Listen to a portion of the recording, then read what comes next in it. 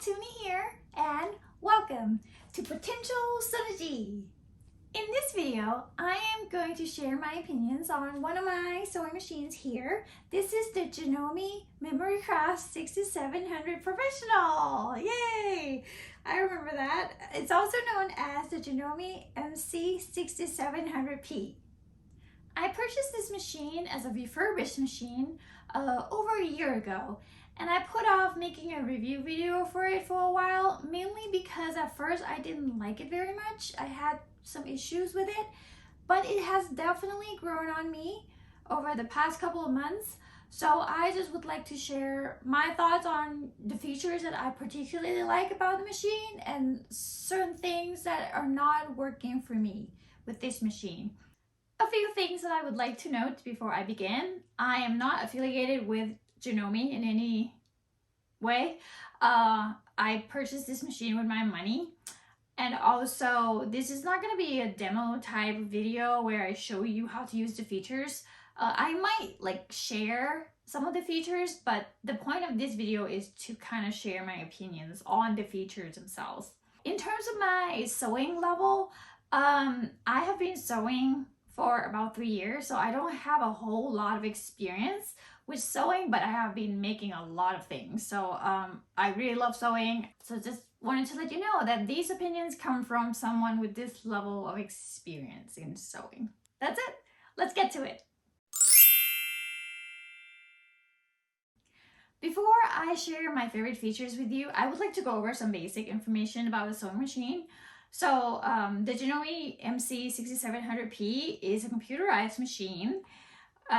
It has a flat bed, and therefore it doesn't have a free arm. So if you're a garment sewer, as you know, when on some machines you can take off this part and then it gives you like a small cylinder space to sew like armholes or sleeves or hems or whatever. This one doesn't have that. This one is a flatbed machine. In terms of numbers, this machine can sew up to 1,200 stitches per minute. And it's pretty fast for a computerized machine. I don't sew that fast, so I really don't take advantage of that particular feature. This machine comes with about 200 built-in stitches and 5 fonts. So the 2 stitches on this side, and then the fonts are on this side. And you're gonna get one of these, which will be over here on the machine. This machine has a top-loading bobbin system, which is nice. You can see how much bobbin thread you have, and it's kind of easy to put in and to clean. Let me turn it on. This machine has 3 LED lights, and I find them pretty bright. I still occasionally use an extra lamp to get extra light while I'm sewing, but this is the brightest machine that I have. One of the selling features of this machine is this large throw space. So you have 10 inches of space over here, and I believe, let me see, 4.7 inches for the height here.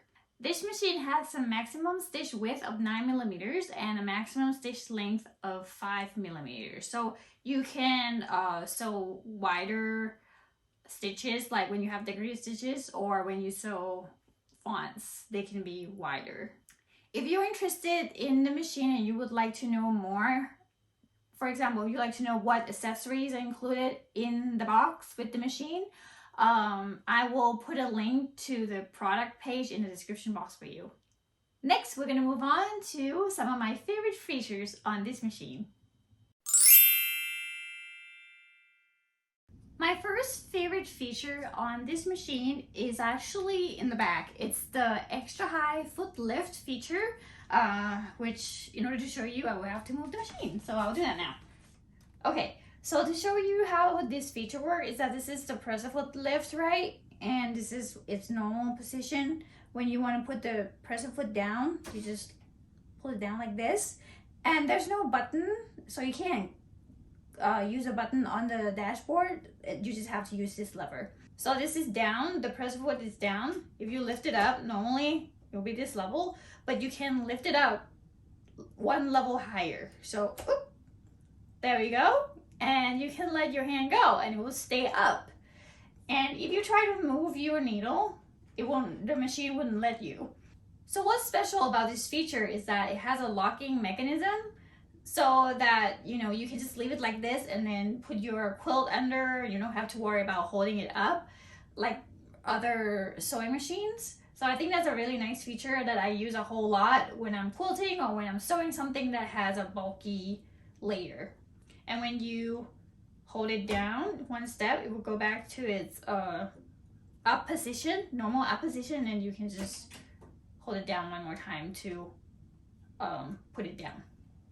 My next favorite feature is the presser foot itself. So this presser foot that I have on right now is part of the AccuFeed Flex system, which is Janome system of fancy walking feet. And what's cool about this is that, let me lock it, and this is another feature that I really like. So it has a lockout button, so you click it and it kind of locks the machine, so you can't sew it. So that's a safety feature. Back to the AccuFeed Flex system. So what's cool about this is if you look at the presser foot here, this is the normal zigzag foot for the AccuFeed Flex system, and it comes with the machine. Now what's cool about this particular system is that you can take the actual presser foot off and switch it. So for example, you can take this foot, this is the zigzag foot. You can take this foot off and you can change it to, this is the 1/4 inch foot, this is a stitch and stitch foot, and I also have my open toe foot as well. So it allows you to use the foot that is specific to what you're sewing while keeping the AccuFeed Flex system. However, these 3 feet at the front here you have to purchase separately, and I think each of them costs at least $20. I might be wrong. They might go on sale sometimes, but yeah, they cost a little bit more than your regular presser feet. Another one of my favorite features on this machine is the fact that it comes with not just 1 needle plate, but 3. One really cool thing is this lever here. So on a typical sewing machine, when you want to clean the bobbin area, you have to unscrew the little screws and there's not a lot of space, so it's kind of a hassle, and that's why I don't clean my machines as often as I should. However, with this machine, you can just use this one lever to pop the needle plate off. So let me lift this up and just pop it, and it comes off. Oosh. Like this.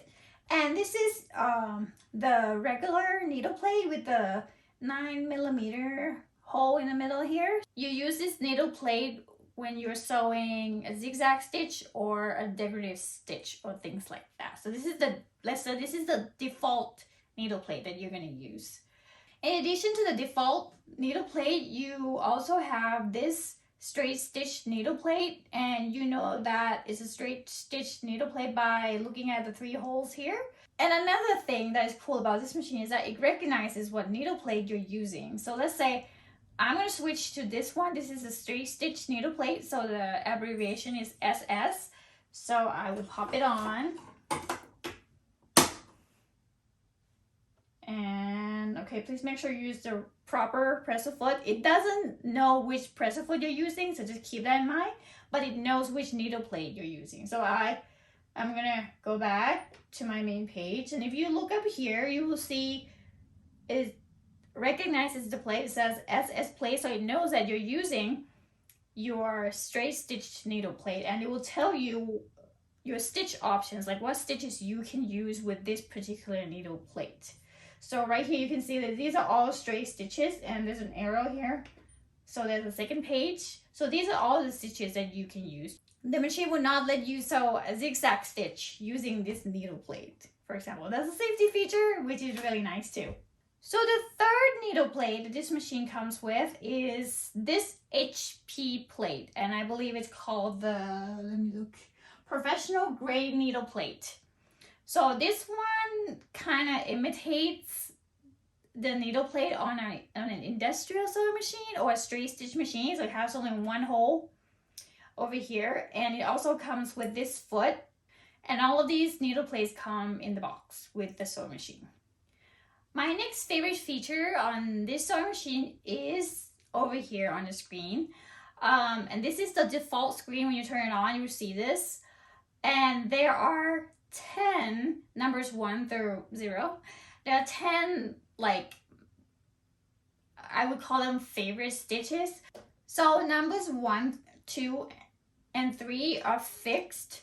So these are your straight stitches. You cannot change to a different stitch. However, you can customize numbers 4 through 0 here. I think this is great for everybody.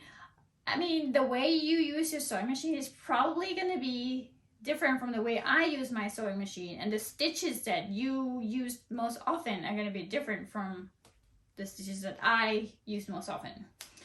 So over here, let's look at the screen real quick. This one, 8.3, is the stitch width, and in this case, because it's a straight stitch, it's the position of the needle. And over here, with number 2.00, is my stitch length. And if you see FS, that means favorite stitch. So this regular piecing stitch option that comes with the machine doesn't have the stitch length of 2.00. I adjusted it because I like 2.00, and I could save it to the machine. So whenever I click number 4, it immediately goes to my favorite stitch and the way I set it. So I won't have to keep adjusting it every time I turn the machine on. You can set it to 1.8 or 2.2, or whatever stitch length that you use to piece. And it's the same with other stitches too. For example, number 0 is my satin stitch. Yeah, and over here, even the stitch width says FS. That means I changed the default setting of the stitch width to 3.5. I don't remember what the default width is. And I also changed the stitch length to 0.4. And you can adjust it however you want. You can save it, and then every time you click on that number, it will take you to the stitch that you picked and also the settings that you programmed it to be. So that's really nice. And if you click M, it will show you which numbers you can customize. So these are 4 through 0. For example, if I want to change number 8, this is my usual quilting stitch option, so 8. And it says here, this is number 96, and I can change it to a different stitch. Let me pick a random one. I could do, how about 66? So 0, 66. So that is the one. And I could click M for OK. And now my number 8 has changed from 96 to 66. And I'm going to change it back because I might forget. So I click on number 8, change back to 96. There we go. And okay. I think that's a neat feature that it was one of the reasons I purchased this machine. One more feature that I would like to talk about that I really like on this machine is, let's say I am going to sew a zigzag stitch. So I'm going to go to number 5. That's my zigzag stitch. I'm just going to sew, needle down, and I don't have my foot pedal on, so I'm going to use my start stop button. And I'm going to make it go a little faster.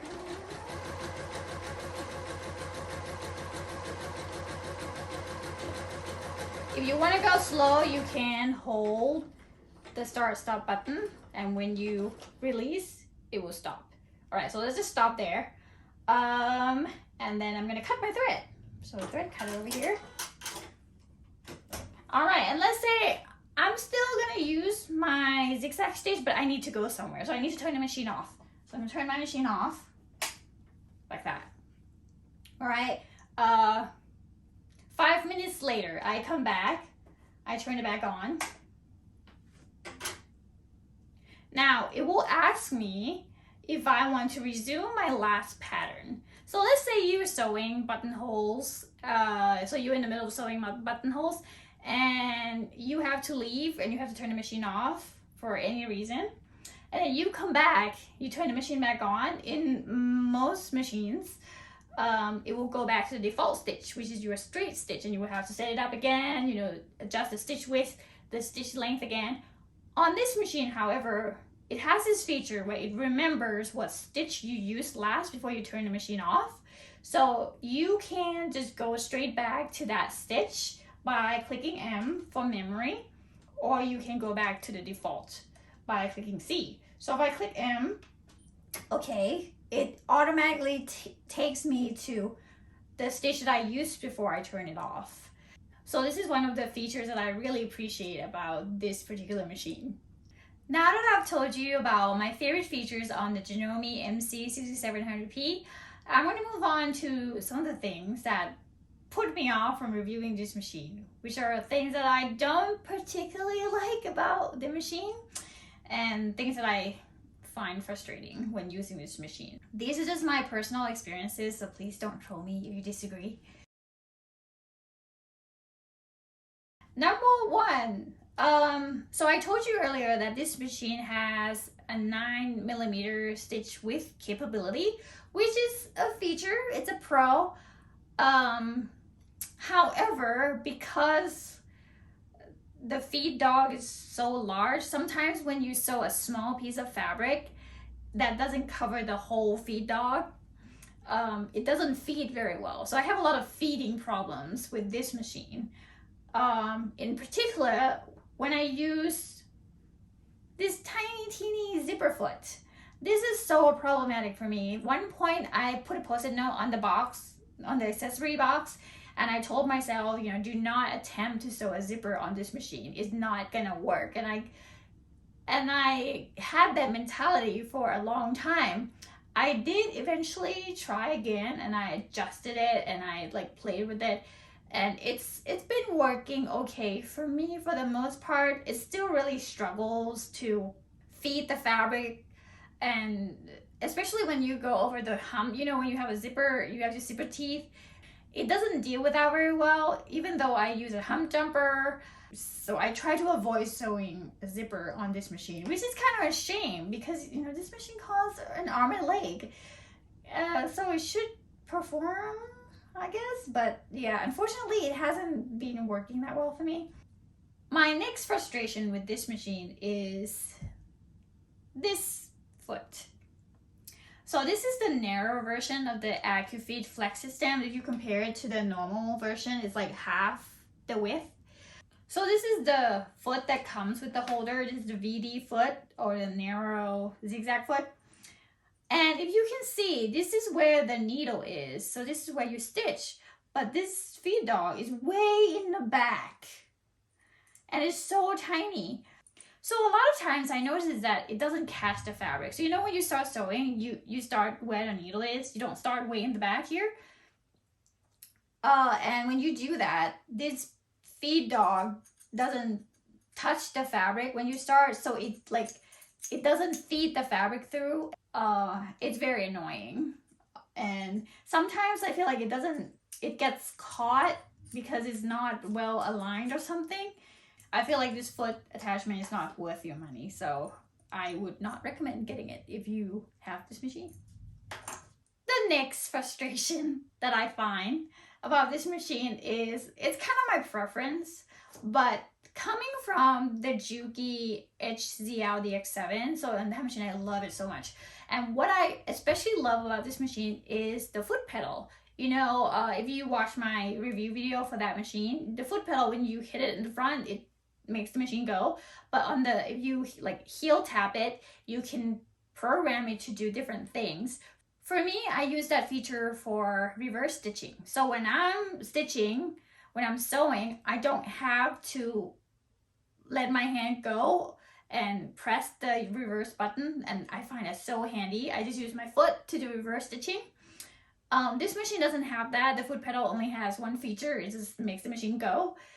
I find that every time I want to do reverse stitching, I have to stop, look up, because the reverse button is, it feels the same. The texture is the same as the other buttons over here, and it's in a position where it's like it's in the middle of this. So without looking up, I might press the wrong button. So one thing that I find annoying and this is just my personal experience, y'all. Coming from the Juki, of course. So on the Juki, if I want to press the reverse button to do reverse stitching, I can just press the button. I don't have to do anything with the foot pedal to make the machine stitch backwards.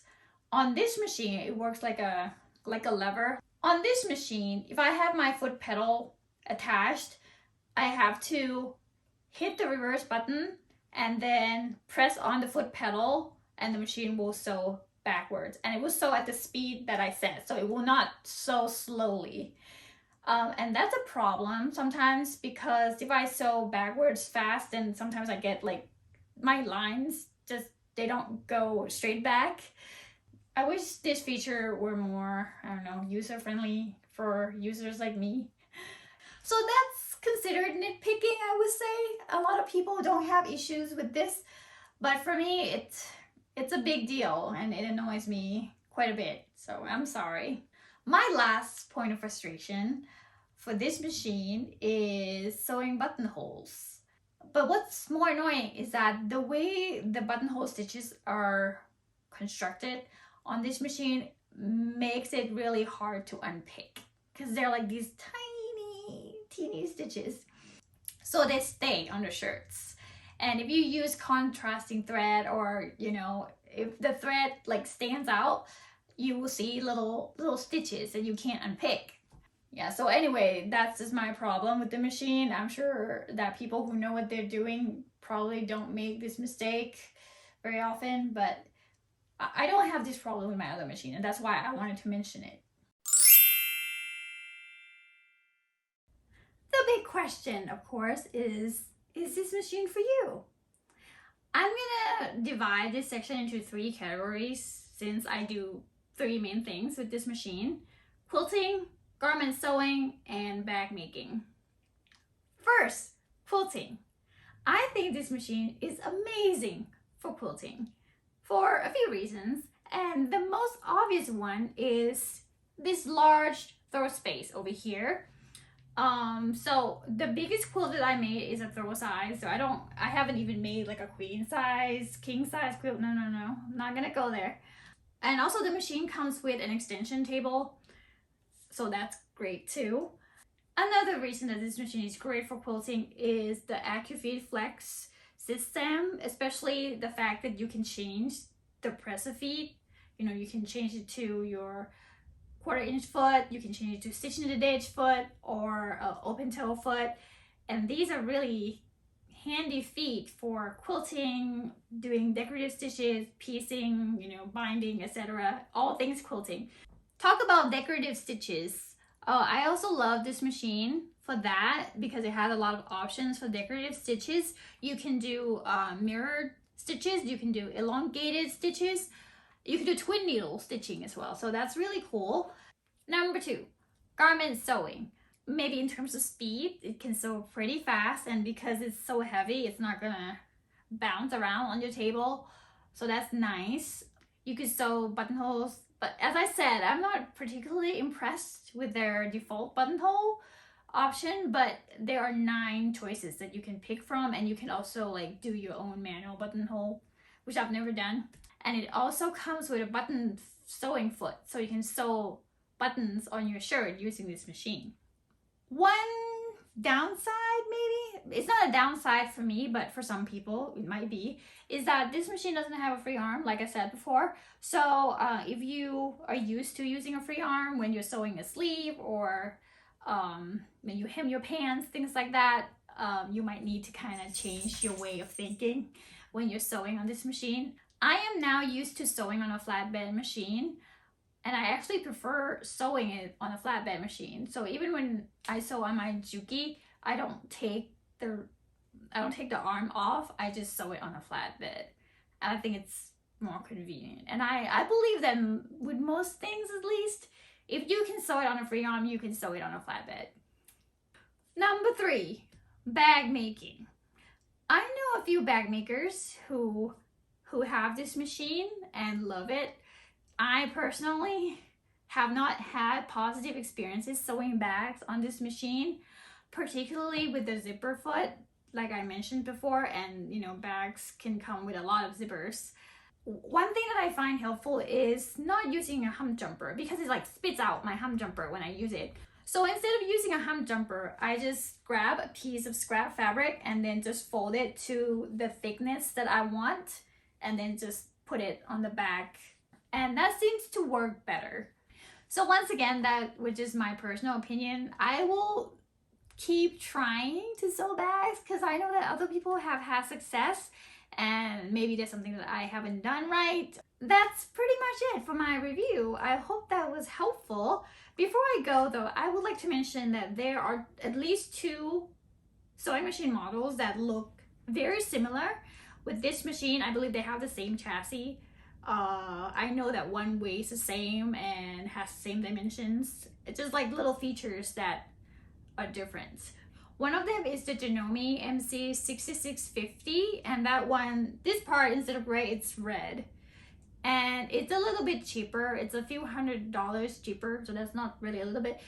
From my limited research, I believe that one doesn't accommodate the AccuFeed Flex system, but I could be wrong.